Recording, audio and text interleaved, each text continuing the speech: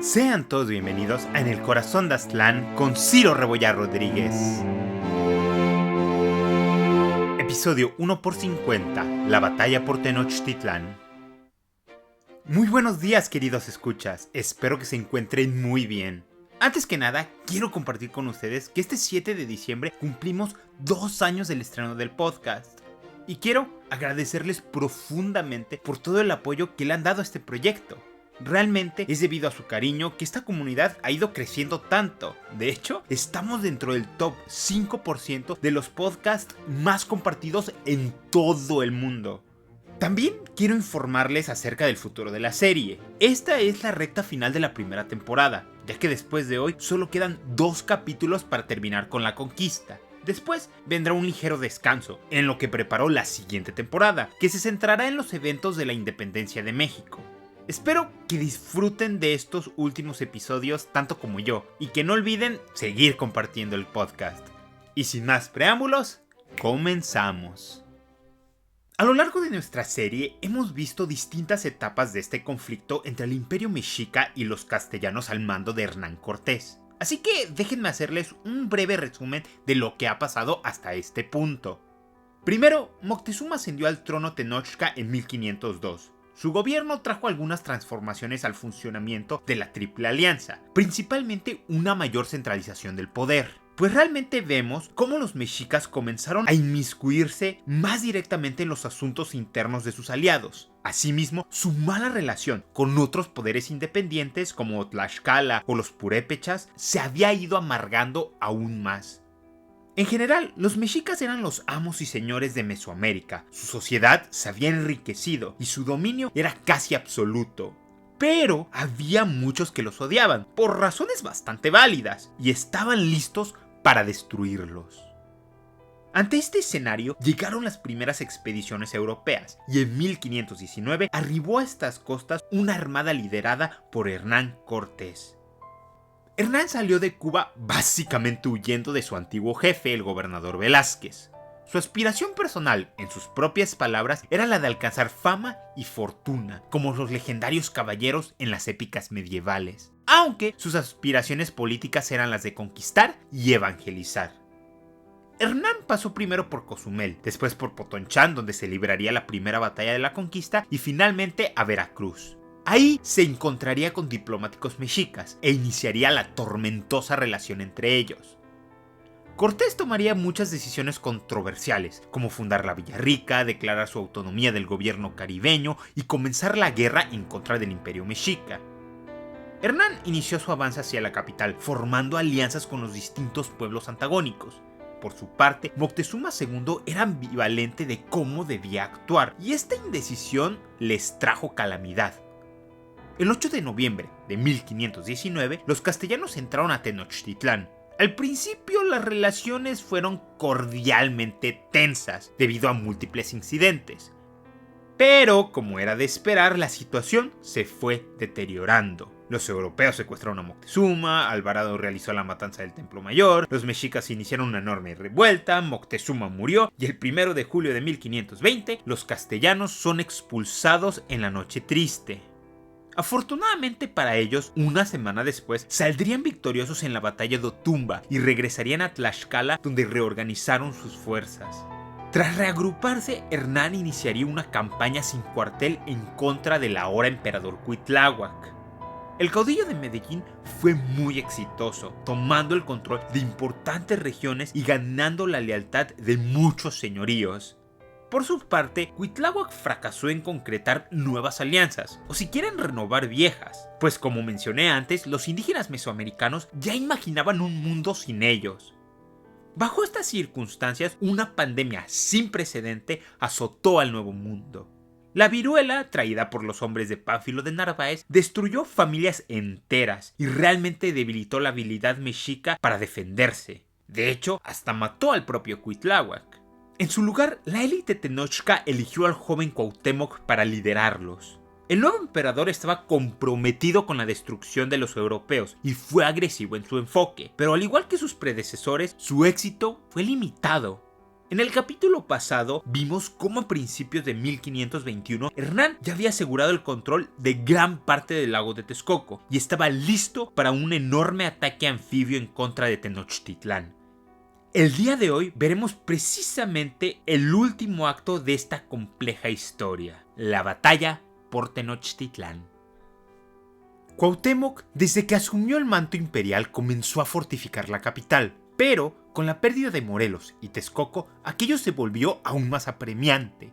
Tlatoani había intentado muchas cosas para vencer a Hernán, pero todo parecía salir mal y su imperio realmente estaba en ruinas. Los tributos de oro, animales exóticos y bellas piezas artísticas habían cesado, y aún más alarmante, productos básicos de la dieta tenochca comenzaban a escasear, al mismo tiempo de que refugiados llegaban a la ciudad. La moral mexica también estaba por los suelos, pues en lugar de andar preparando los festivales acordes a la temporada, tenían que andar alistándose para una guerra sin precedente, en contra de un enemigo que peleaba contrario a todas las reglas de sus combates. Dicho esto, varios rituales tradicionales se intensificaron. Los sacerdotes mexicas creían que estos eran necesarios para reganar el favor de sus dioses. Tlatoani comenzó a sentir la presión en su garganta y se lanzó en una agresiva campaña diplomática. Prometió toda clase de cosas a sus vecinos, pero nadie aceptó su oferta. Los viejos vasallos del imperio veían hacia dónde soplaban los vientos y confiaban en la victoria tlaxcalteca. Cuauhtémoc intentó convencerlos de que su derrota no elevaría a los tlaxcaltecas, sino que provocaría el ascenso de los forasteros y una nueva forma de vida para todos. Esto era completamente cierto, pero en aquellos momentos era imposible dimensionar el fin del mundo prehispánico. Pero bueno, Tlatoani siguió apilando armas y soldados en la capital, aunque críticamente no procuró suficiente comida. En su defensa, la derrota en Chalco garantizó que no tuviera acceso a una fuente constante de alimentos. Asimismo, tampoco estaba seguro de cuál era el plan castellano. Solo sabía que tenía algo que ver con barcos. Sus espías le habían dicho del masivo proyecto en Texcoco. En respuesta, colocó grandes estacas de madera en el piso del lago y ordenó que su propia flota se alistara para el combate. Cuauhtémoc, queriendo levantar el espíritu lúgubre de su gente, pronunció un discurso ante sus principales generales y jefes, en el cual los invitaba a recordar los corazones valientes de sus antepasados, mismos que habían entrado solos a estas tierras, rodeadas de enemigos, y las habían conquistado. «No desfallezcan», exclamó, «no se acobarden, al contrario, endurezcan sus pechos y sus corazones». Los nobles mexicas cantaron y bailaron como era la costumbre antes de una batalla, y con todas sus fuerzas intentaron conseguir el valor para afrontar la oscuridad que se avecinaba. Mientras tanto, en Texcoco, los indígenas de la Confederación Cortesiana esperaban ansiosamente el comienzo del ataque final en contra de sus odiados enemigos. Los tlaxcaltecas, los totonacas, los chalcas, los huejotzingas y demás salivaban ante las posibilidades que había la reconfiguración del poder en el Anáhuac. No obstante, esto los cegaba ante el peligro que representaba para ellos una contundente victoria castellana. Independientemente de todo, había un cierto grado de respeto y admiración hacia los castellanos, y en especial hacia la figura del caudillo. El 28 de abril de 1521, 2 embarcaciones estaban listas para el asalto final. Cada una de ellas podía transportar 30 hombres y contaba con un cañón de bronce. Para mayo de ese mismo año, los preparativos para la batalla estaban casi completados. El ejército cortesiano había preparado lanzas, espadas, flechas, armaduras y cocinado un plan para doblegar la ciudad. Su estrategia era tomar el control de las calzadas y cortar los suministros a la ciudad, para que el hambre y la sed hicieran el trabajo por ellos. Cortés ordenó a sus aliados indígenas enviar a todos los hombres disponibles para auxiliar en la toma de la ciudad. Los nativos respondieron fervorosamente y un mar de hombres comenzó a reunirse en Texcoco. Los miles de soldados se organizaron en regimientos con sus estandartes y símbolos desplegados. Había decenas de pueblos ahí representados y estaban unidos por una potente consigna: Castilla y Tlaxcala, Castilla y Tlaxcala. Las cifras son muy difíciles de determinar y hay muchísimas exageraciones, pero en general varias fuentes apuntan a que el ejército de Cortés estaba compuesto por entre 80 a 220,000 soldados. 3 generales indígenas fueron asignados a la tarea de organizar a esta masa de hombres: Chichimecatecle y Xicoténcatl Jr. de Tlaxcala e Ixtlilxóchitl de Texcoco. Sin embargo, desde 1519, el joven príncipe tlaxcalteca había sido escéptico de los castellanos y en repetidas ocasiones instó, sin éxito, a sus compatriotas a abandonar esa amistad. Ahora, en 1521, Xicoténcatl atendió al llamado de Cortés. No obstante, rápidamente abandonó el campamento aliado. Lo que sigue está sujeto a debate. En algunas fuentes, el joven simplemente se rehusó a participar en la batalla, causando la ira del caudillo. En otras se dice que Xicoténcatl salió de Texcoco para una misión rápida, mientras que otros afirman que él estaba activamente organizando una rebelión. Independientemente de la verdad, Cortés lo acusó de traición y lo sentenció a morir en la horca.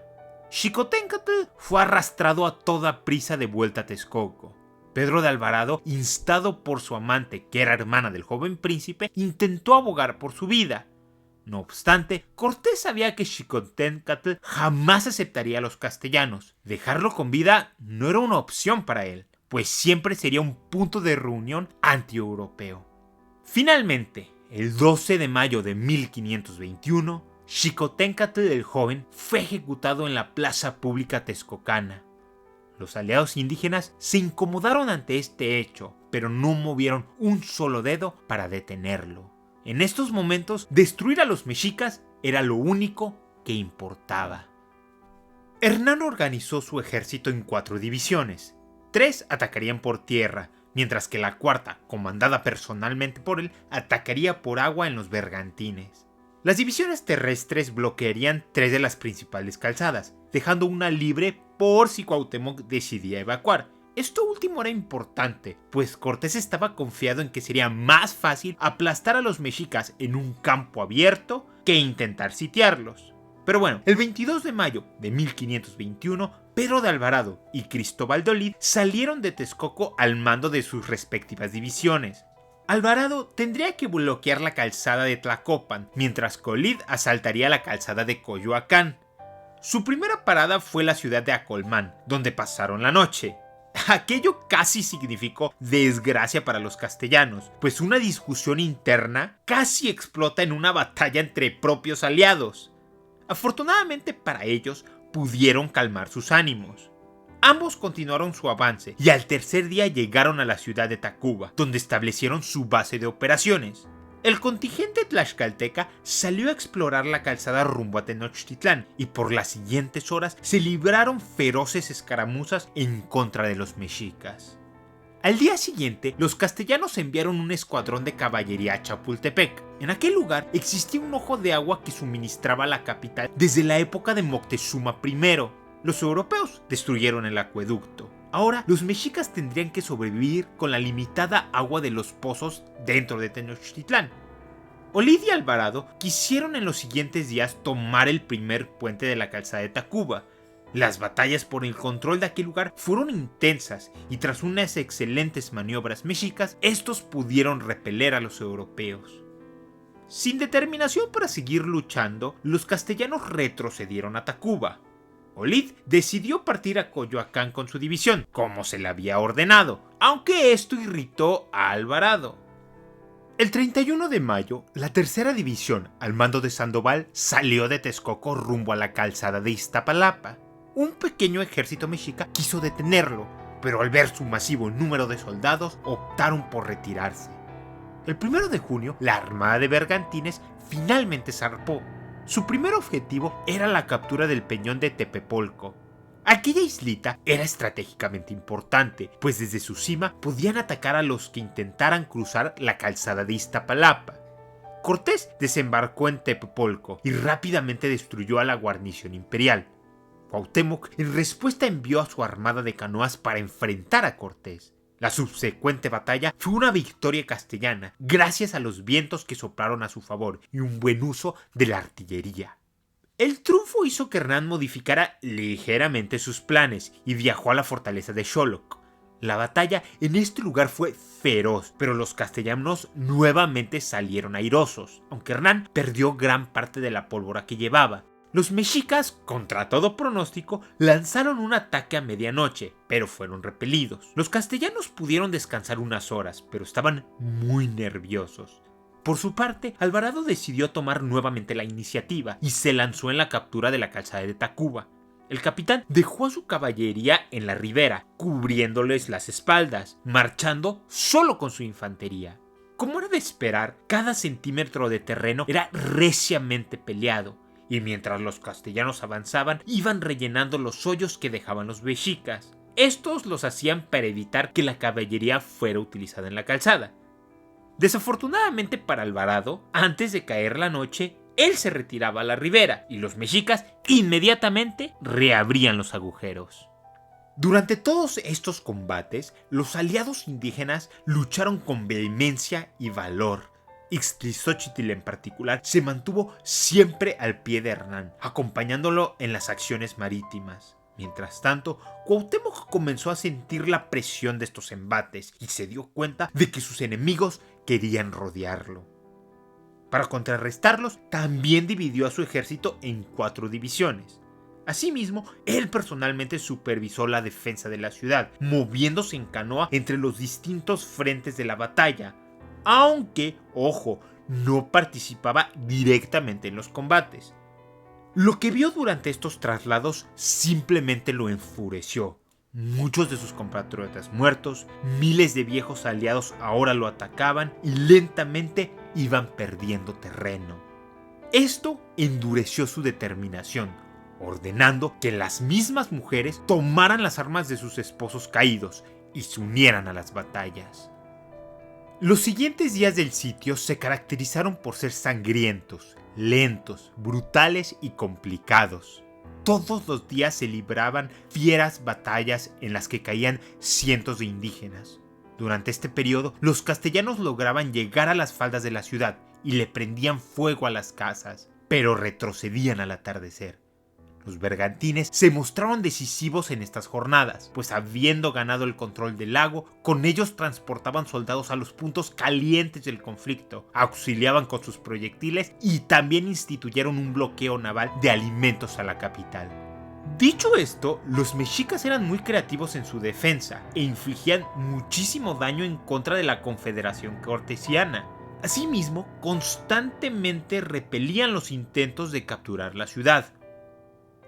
El 10 de junio de 1521, Cortés ordenó una ofensiva total en contra del corazón de la capital, con todos sus frentes movilizándose simultáneamente hacia el palacio de Axayácatl. Esta ofensiva fue relativamente exitosa, pero nuevamente provocó muchas bajas entre sus aliados, además de que su esperanza de capturar la ciudad en su inmaculado estado se iba desvaneciendo. También decidió bloquear la calzada que había dejado abierta, pues los mexicas no estaban huyendo y por el contrario, la utilizaban para ingresar suministros. 5 días después, Hernán lanzó otra gran ofensiva y los castellanos llegaron hasta la plaza central de Tenochtitlán. Dicho esto, la gran resistencia indígena los forzó a retroceder, pero no sin antes incendiar muchas de las casas y edificios para ampliar las avenidas y permitirles el uso de caballos. Esta guerra urbana desanimó el espíritu del caudillo y la tenacidad mexica lo desconcertaba. Realmente parecía que pelearían hasta el último hombre, mujer y niño. Finalmente tomó una decisión que cambiaría el rumbo de la ciudad para siempre. Destruiría a la vieja Tenochtitlán. En el futuro, Cortés diría que esta decisión pesó gravemente en su corazón, pero que fue un mal necesario, ya que los mexicas nunca se rendirían, defenderían su ciudad hasta la muerte. Sistemáticamente, los castellanos comenzaron a destruir a la Nueva Venecia. Los aliados indígenas estaban extáticos, nada les traía más felicidad que echar abajo Tenochtitlán y dejar tan solo las ruinas de aquel imperio. Durante los siguientes días, Cortés y sus hombres entraban a la ciudad, destruían algunas guarniciones mexicas y se retiraban. Algunos le dijeron que estableciera un campamento dentro de la propia ciudad, pero el caudillo se rehusó. Estas incursiones eran complicadas. Los mexicas no dejaban de aventarles soldados. Miles de almas fueron enviadas a las picadoras de carne que representaban los embates urbanos. Pese a esto, Hernán continuó ganando terreno, pero no sin preocupantes reversos. En una ocasión, Alvarado casi es asesinado en batalla, y en otro momento, los mexicas capturaron uno de los bergantines y mataron a todos sus tripulantes. Desafortunadamente para los mexicas, no tenían un número infinito de guerreros, y Cuauhtémoc, sintiendo gran apremio, replegó sus fuerzas en dirección a Tlatelolco. También tuvo que enfrentar divisiones internas. Algunos familiares de Moctezuma II querían comenzar negociaciones, y ante esta insinuación, el Tlatoani los mandó a ejecutar. Esto provocó una mini revuelta que fue inmediatamente aplastada. Para finales de junio, Cortés entró a Tenochtitlán y vio que habían abandonado los terrenos desde la Puerta del Águila hasta la Plaza Central. Con esto, el ejército de Hernán ahora controlaba la mitad de la ciudad y la victoria parecía inminente. En la mente del caudillo, Cuauhtémoc seguramente ya se rendiría. Desgraciadamente para el caudillo, una de las cualidades más características de los mexicas era su resiliencia. Habían pasado semanas del inicio del sitio de Tenochtitlán y estos continuaban luchando, frenando lo mejor posible el avance del ejército aliado. Parte de este ímpetu venía del riguroso sistema de educación mexica, que había instaurado en la mente de los jóvenes mexicas la necesidad de la guerra, el valor y la acción colectiva. A finales de junio, los castellanos continuaron sus ataques y los mexicas continuaban repeliéndolos. Ante este lento progreso, Cortés consultó a sus capitanes sobre qué debían hacer. Estos le propusieron atacar nuevamente de manera simultánea y capturar la plaza central de Tlatelolco. Hernán no estaba del todo convencido, pero ante la presión de sus subordinados dio luz verde. Cuauhtémoc, mientras tanto, negoció con los líderes de Tlatelolco, que, aunque eran mexicas, estos habían sido anexados y mantenían su propia cultura, líderes y resentimientos históricos. Los mexicas de Tlatelolco aceptaron ayudar al emperador con la condición de que ahora ellos fuesen el centro del gobierno, a lo cual Cuauhtémoc aceptó. Esto no es tan raro de explicar. Tenochtitlán propiamente había perdido a miles de personas y estaba en llamas o bajo el control enemigo. Además, el Tlatoani tenía sangre tlatelolca. Pero bueno, el 30 de junio de 1521 el asalto comenzó e inmediatamente las cosas empezaron a ir terrible para los europeos. Una combinación de incompetencia castellana y brillantez mexica provocaron que varias columnas del ejército aliado comenzaran a huir despavoridamente. Durante la retirada, Hernán casi fue asesinado y muchos europeos, alrededor de 50, fueron capturados. Los 50 cautivos fueron posteriormente sacrificados. Aquel ritual fue público y estaba encaminado a sembrar terror entre sus enemigos, cosa que consiguieron. Los castellanos retrocedieron y muchos de sus aliados indígenas se desvanecieron. Solo permanecían los texcocanos de Ixtlilxóchitl y los tlaxcaltecas en su bando. Hernán y los pueblos de la náhuatl comenzaron a sentir que los mexicas resurgirían de entre las cenizas. Sin embargo, Cuauhtémoc no tomó esta oportunidad para contraatacar y durante los siguientes días hubo calma, permitiéndole a Cortés reorganizar sus fuerzas y reasegurar a algunos de sus aliados temerosos. A mediados de julio, la falta de comida, agua y demás suministros comenzaron a hacer estragos entre las huestes mexicas y su espíritu comenzaba a tambalearse. Cualquier oportunidad de revertir su fortuna se había esfumado y sin lugar a duda el destino final del imperio mexica había quedado sellado.